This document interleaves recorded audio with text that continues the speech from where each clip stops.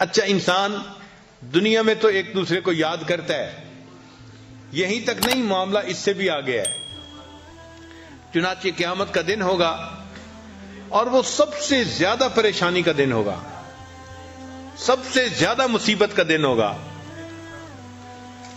اس سے بڑا پریشانی کا دن اور کوئی نہیں ہے۔ ہر انسان پریشان ہوگا، خوف زدہ ہوگا۔ اس خوف زدہ ہونے کی حالت میں جب اس کو محسوس ہوگا کہ میرے پاس نیکیاں تھوڑی ہیں، تو وہ نیکیوں کو لینے کے لیے جب کسی کے بارے میں سوچے گا تو قرآن مجید سے ثابت ہے کہ بھائی کی طرف دھیان جائے گا۔ یوم یفر المرء من اخیہ، بھائی کا تذکرہ پہلے، وامہ وابیہ، ماں اور باپ کا تذکرہ بعد میں۔ تو یہ ایسا تعلق ہے کہ دنیا میں پریشانی آئے تو بھی بھائی یاد آتا ہے، اور جب آخرت کی پریشانی آئے گی تو بھی انسان کو بھائی یاد آئے گا۔ اس تعلق کی ویلیو کرنی چاہیے، اور آپس میں گھروں میں بھائیوں کو الفتیں محبتوں کے ساتھ رہنا چاہیے۔ کاروباری پریشانیاں ہونا یا اختلاف ہونا، ان کو ریزالو کر کے ہمیشہ اس تعلق کو بہتر کرنے کی کوشش کرنی چاہیے، تاکہ اس سے اللہ تعالیٰ بھی راضی ہوں اور ماں باپ بھی اس بات سے راضی ہوں۔ چنانچہ بھائیوں کے درمیان اور بہنوں کے درمیان محبتوں کے عجیب و غریب واقعات ہیں۔ ایک واقعہ ہے دو بھائیوں کا، ایک بڑا تھا دوسرا چھوٹا تھا۔ تو بڑے بھائی کی شادی ہو گئی اور اس کے بچے بھی ہو گئے۔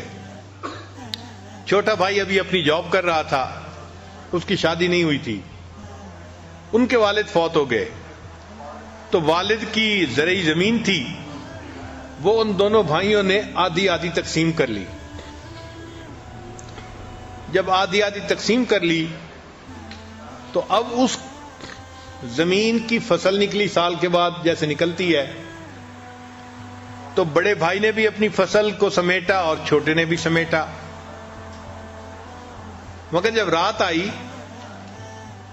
تو بڑے بھائی نے سوچا کہ میرے ساتھ بیٹے بھی ہیں اور وہ بھی ہیلپنگ ہینڈ بن جائیں گے 1 سال 2 سال میں، تو مجھے تو اتنے ضرورت نہیں ہے جتنی کہ میرے چھوٹے بھائی کو ہے۔ وہ اکیلا ہے بیچارہ، سنگل ہینڈڈ ہے، وہی ارن کرے گا، اسی نے محنت کی، تو کیوں نہ میں اپنے حصے میں سے کچھ گندم کی بوریاں اپنے دوسرے بھائی کو دے دوں۔ چنانچہ اس نے اپنی 5 بوریاں اٹھائیں اور اپنے چھوٹے بھائی کی زمین کے حصے میں جہاں بوریاں پڑی تھیں وہاں جا کے ڈال دی۔